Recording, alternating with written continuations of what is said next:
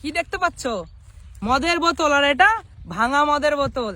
আর এইটা কি? এটা চাষের জমি, সব মদ খেয়েছে, মদ খেয়ে চাষের জমিতে মদের বোতল ফেলে দিয়ে গেছে।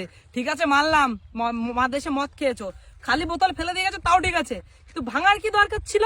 এই যে গুঁড়োগুলো দেখতে পাচ্ছ কাছের, আরো দেখাই, দাঁড়াও আমি কুড়িয়েছি দেখাই। এই যে এগুলো কি? এই যে এই টুকরোগুলো, এই সাথে সাথে এগুলো দেখাও যায় না। চাষিরা যখন চাষ করে তারা কিন্তু জুতো পরে চাষ করে না, জুতো পরে চাষ করা যায় না খালি পায়ে। ওই খালি পায়ে যদি এরকম একটা কাচের ঢোকে কাচ, তাহলে তার পায়ে কি হবে? সেপটিক হবে, এমনকি তার পাটা বাদও চলে যেতে পারে, যাদের কারণে আপনাদের মুখে দুটো ডাল ভাত যায়।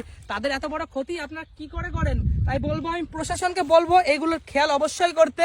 এই যে অন্যায় কাজগুলো হয়েছে, এগুলো যাতে না হয়। এই যে আমরা ঢেলাইচন্ডী মাঠে মায়ের কাছে এসেছিলাম, সেখানে এসে দেখি এই মাঠে কিন্তু ঢেলাইচন্ডী মায়ের পুজো হয়, সে পুজোতে সে লোকে মদ খাচ্ছে, আর মদ খেয়ে বোতল ভেঙে দিয়ে যাচ্ছে এরকম গুঁড়ো গুঁড়ো। চাষিদের পায়ে এগুলো ঢুকলে চাষিদের কত বড় ক্ষতি হবে একবার ভেবে দেখেছো?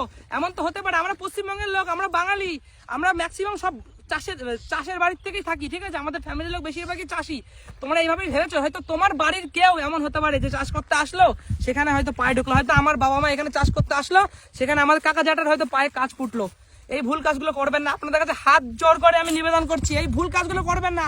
আমি মাথা ঠুকিয়ে বলছি, এই ভুল কাজগুলো করবেন না।